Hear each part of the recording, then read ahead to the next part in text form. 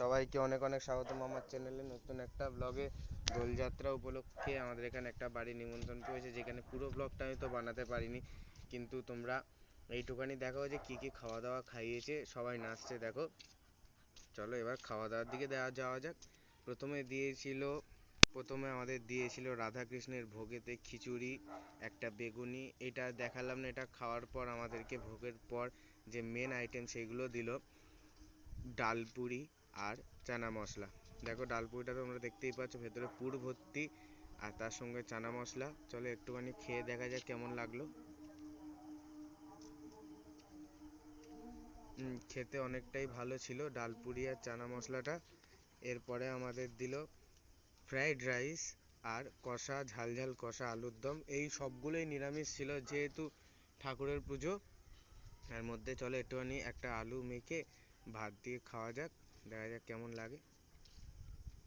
এইটাও অনেকটা ভালো খেতে ছিল, দারুণ নিরামিষ রান্নাটা হয়েছিল। চলো এবার আমাদের দিল লাস্টে চাটনি, পাঁপড় আর পায়েস দেবে। চলো একটুখানি পাঁপড়টা চাটনি দিয়ে খাওয়া যাক। পাঁপড় আর চাটনিটা খেলাম, দেখো আমার দিদিও কি সুন্দর খাচ্ছে বসে বসে, বিরাট ভালো লাগছে।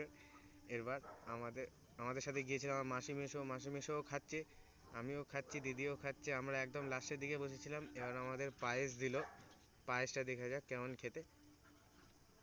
পায়েসটাও ভালো হয়েছিল, শুধুমাত্র একটুখানি মিষ্টি কম হয়েছিল। যাই হোক, আমি মিষ্টি কম খাই, তাও বলবো পায়েসটা ভালো হয়েছিল। আমার দিদির খুব একটা পছন্দ হয়নি, যেহেতু ও মিষ্টি বেশি খায়।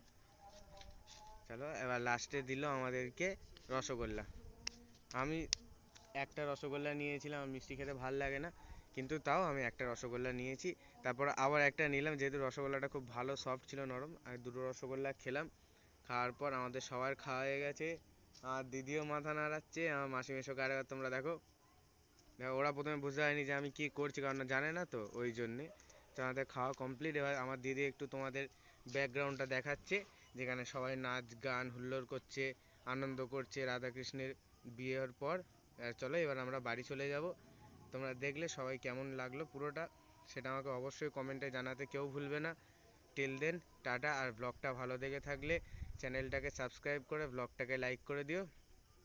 দেখা হচ্ছে নতুন ব্লগে। টাটা সবাইকে।